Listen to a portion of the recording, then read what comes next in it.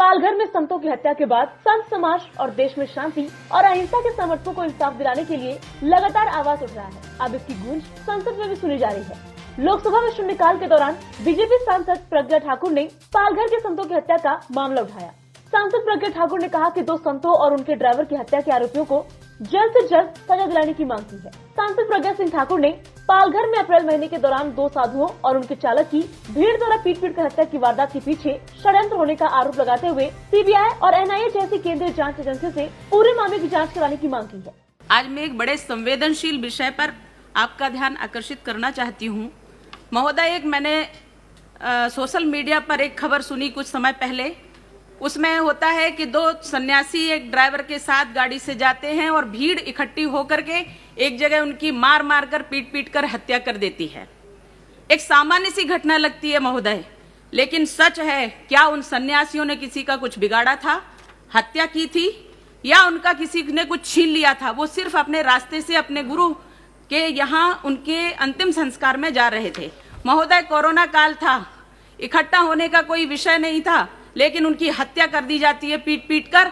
ये एक सामान्य सी घटना सुनने में लगी थी, लेकिन इसके पीछे जब हम गए तो उसमें हमने पाया, और बहुत सी समितियों ने इसकी रिपोर्ट दी, और इस रिपोर्ट में पाया गया कि उन संतों का सिर्फ इतना दोष था कि वो हिंदू थे, सनातनी थे, भगवाधारी थे। और वो 2 सन्यासी थे महाराज, एक जिनका नाम महाराज कल्प वृक्षगिरी 70 वर्ष की आयु थी, जो वृद्ध थे।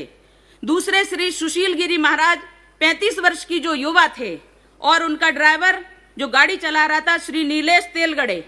ये सभी हमारे श्रद्धेय पंचदश नाम जूना अखाड़ा से संबंधित थे, जिस अखाड़ा की मैं हूं। महाराज, मैं पीड़ित हूं। महोदय, मैं आपका ध्यान आकर्षित करना चाहती हूं कि आखिर ये हुआ सब कैसे? क्या भीड़ वहां पहले से इकट्ठी थी? मैं आपके माध्यम से कहना चाहती हूँ कि महोदय, ये जो विषय है ये बहुत ही संवेदनशील है। महोदय, वहाँ भीड़ इकट्ठी होती नहीं है। ये लोग वहाँ से यात्रा करके निकल जाते हैं, दादर नगर हवेली तक पहुँचते हैं, वहाँ से उनको वापस कर दिया जाता है, आगे जाने नहीं दिया जाता। वहाँ से जब वो वापस आ जाते हैं तो उस भीड़ के बीच में जब उनको पकड़ लिया जाता है, उन साधु सन्यासियों को, और उसके बाद कहा जाता है दादा आला, यानी वहां किसी एक व्यक्ति की प्रतीक्षा थी, और वो व्यक्ति दादा आला पहुंचता है वहां, और सब साथ में मिलकर के उन साधु सन्यासियों को पीट करके हत्या कर देते हैं। जब वो सन्यासी चौकी में जाते हैं तो पुलिस वाले स्वयं वहां जाकर के उनको भीड़ को सौंप देते हैं और उनकी हत्या कर दी जाती है। महोदय, ये ऐसे ही नहीं होता। इस स्थान का पुराना इतिहास है। ये स्थान पर सीपीएम के लोगों का अधिकार है। वो वहां के लोगों को झूठ बोलते हैं, भ्रमित करते हैं, और वहां के लोगों को धर्म परिवर्तन करने के लिए मजबूर करते हैं। महोदय, मैं आपका ऐसे ही नहीं कह रही हूँ। मैं एक घटना ठीक इसके 4 दिन पहले की बताती हूँ कि ठाणे के एक सामाजिक कार्यकर्ता डॉक्टर बलवी भोजन और उपभोज्य वस्तुओं को दान वितरित करने के लिए सारनी गांव के दौरे पर थे। उन पर हमला किया गया था। हालांकि पुलिस द्वारा हस्तक्षेप के कारण वह किसी तरीके से जान तो उनकी बच गई, किंतु पुलिस वाहनों के साथ साथ उनके वाहन क्षतिग्रस्त हुए और वो जान बचा करके अपनी भागे। इनका अपना एक पुराना इतिहास। महोदय, मुझे 1 मिनट का और समय दीजिए।